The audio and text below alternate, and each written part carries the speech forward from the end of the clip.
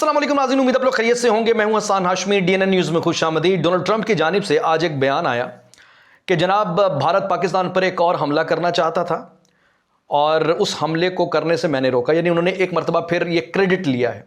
इससे पहले पाकिस्तान भारत जंग रुकवाने का वो क्रेडिट लेते आए हैं और रोज़ाना की बुनियाद पर पाक भारत जंग का कहीं ना कहीं वो अपनी किसी न किसी स्पीच पर तस्करा करते हैं। बहरहाल आज के इस बयान पर मैं ये कहूँगा डोनाल्ड ट्रंप को ये पिद्दी का शोरा, मतलब शोरबा।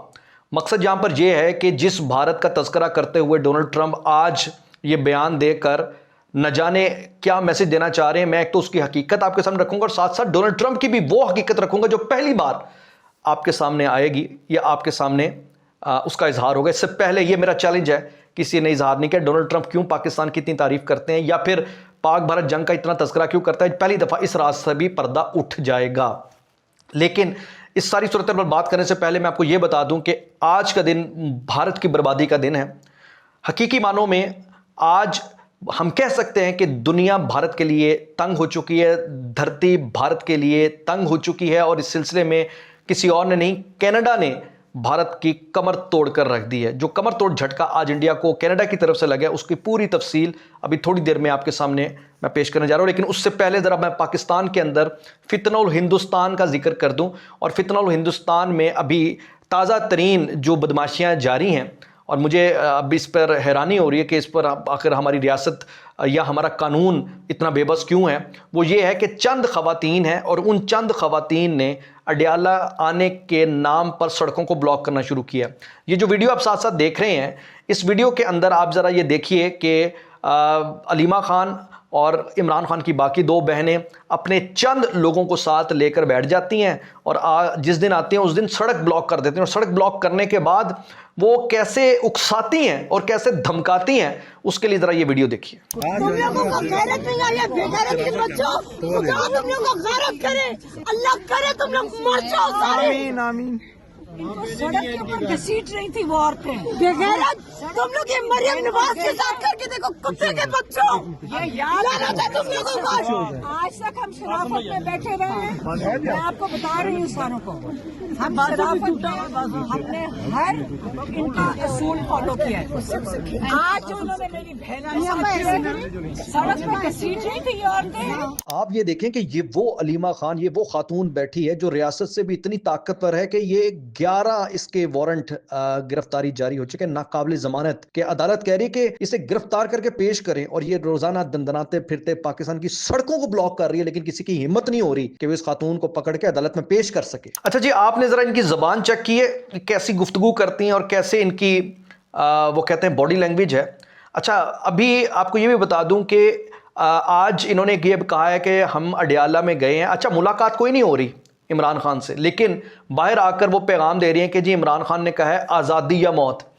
अब आप अंदाज़ा लगाइए कि एक ऐसा मुल्क जहां अल्हम्दुलिल्लाह लॉ एंड ऑर्डर है, एक सिस्टमेटिक गवर्नमेंट है, एक ज़बरदस्त किस्म की फ़ौज है और पूरी दुनिया आज पाकिस्तान के इस आलमी किरदार को सराह रही है और वहाँ पाकिस्तान के अंदर ये मुट्ठी भर तबका आज़ादी या मौत की बात कर रहा है। आज़ादी किसकी? मतलब पाकिस्तान से आज़ादी। अस्तगफिरुल्लाह। आप अंदाज़ा लगाइए कि आज पाकिस्तान के अंदर बैठा पाकिस्तान का दुश्मन कितना खुलकर वाज़े हो गया। लिटरली ये फितनउल हिंदुस्तान के वो सरगुना के लोंडे लपाड़े हैं या हरकारे हैं जो मैं समझता हूँ कि अभी तक सिर्फ पाकिस्तान के कानून का हरकत में ना आना या हमारी जो कमज़ोरी है, जहाँ हमारी जो नाअहली है वो इनकी ताकत है। अदरवाइज़ इनके पास कोई गुंजाइश नहीं। दुनिया के किसी मुल्क के अंदर इस तरह की किसी भी हरकत की कोई गुंजाइश नहीं होती। दूसरी बात यह है कि कहा यह जा रहा है कि अब ये जो द इकोनॉमिस्ट में रिपोर्ट आई है बुशरा बीबी के खिलाफ, उस पर से तवज्जो हटाने का ये एक मामला हो सकता है। क्योंकि कहा यह जा रहा है कि अभी ये तो सिर्फ टिप ऑफ द आइसबर्ग है, यानी 10% ऑफ दैट इन्फॉर्मेशन, अभी अब बहुत सारी और इन्फॉर्मेशन आने वाली है। लेकिन मैं आपको ये बताऊं कि अब इससे जान इसलिए नहीं छूटेगी क्योंकि अब वो कसाई सामने आ गया। अब मैं ज़रा कसाई की वीडियो भी आपके सामने रख दूँ, बुशरा बीबी जिससे ये सारे काम करवाती थी या पढ़ाई करके वो छुरी उसको देती थी जिससे वो ज़िबा किया करता था। ज़रा उसके लिए ये वीडियो देख लीजिए और उसके बाद फिर हम ज़रा मुद्दे पे चलते हैं। वो ज़ाते खुद नहीं जानता था, ये मेरे पास आई हैं एक दफ़ा, उन्होंने कहा मुझे बताएं खान साहब को गोश्त आप देते रहे। मैंने कहा जी बिल्कुल मैं दे रहा हूँ, ओहदे वगैरह लगाते हैं खान साहब। उधर नीचे एक बाड़े में पड़ा होता था सामान, जब जरूरत होती थी तो वहां से उठा के लेके आते थे। हत्ता कि वहां पर जानवर जो ज़िबा करता था उसकी भी जो सिरी होती थी वो भी मैं काट के दे देता था। उसके अलावा चमड़ा होता था, उसकी और चीज़ें होती थी, जो मैंने उनको सारी चीज़ें बताई।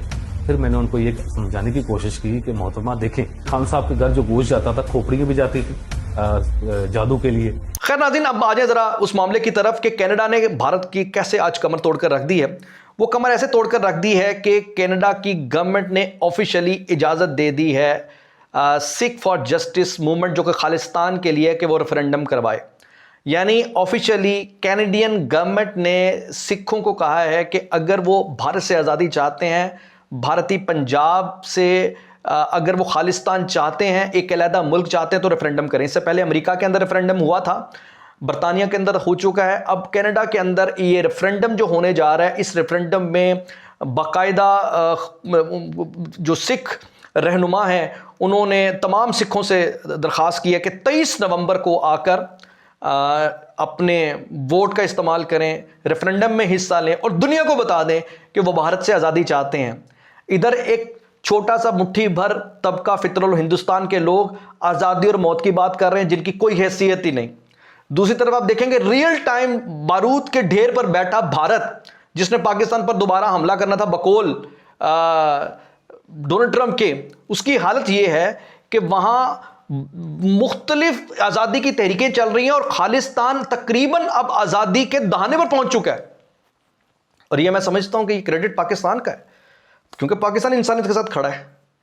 तो भारत इस वक्त आप ये देखिए कि इस खालिस्तान को रुकवाने के लिए जो कुछ करना चाहता था उसमें नाकाम हो चुका है। इसी सिलसिले में उसने कनाडा के अंदर, आपको पता है, सिख रहनुमाओं को मरवाया, बरतानिया के अंदर मरवाया, अमेरिका के अंदर बचत हो गई। लेकिन कहने का मकसद यह कि पूरी दुनिया के अंदर भारत की दहशतगर्दी एज ए स्टेट टेररिस्ट सामने आ चुकी है। और इसका आपके सामने ये मिसाल है कि कनाडा ने अगर ओपनली भारत के अंदर आज़ादी की तहरीक के में अपना हिस्सा डाल दिया है और डोनाल्ड ट्रंप ने अमेरिका के अंदर बाकायदा सिख रहनुमा को खत लिख दिया है, तो इसका मतलब है कि कनाडा ने भी और अमेरिका ने भी खालिस्तान के हक के रेफरेंडम में दस्तखत कर दिए।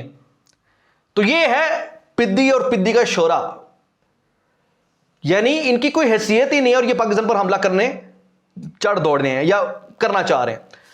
अब नाज़रीन, मैं जरा आपको बता दूं कि आखिर क्या वजह है कि डोनाल्ड ट्रंप पाकिस्तान और इंडिया की जंग का बार बार तज़किरा करते हैं।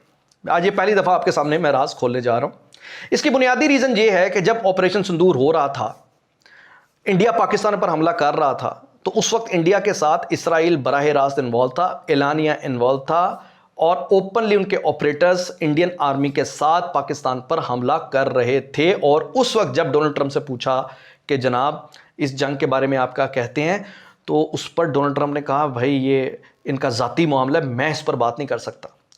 यानी डोनाल्ड ट्रंप इस सिलसिले में लाताल्लुक थे जब तक इंडिया पाकिस्तान के खिलाफ एक शरअंगेज़ी कर रहा था, क्योंकि आपको पता है कि इसराइल अगर साथ है तो अमेरिका भी डेफिनेटली उस जंग में साथ था।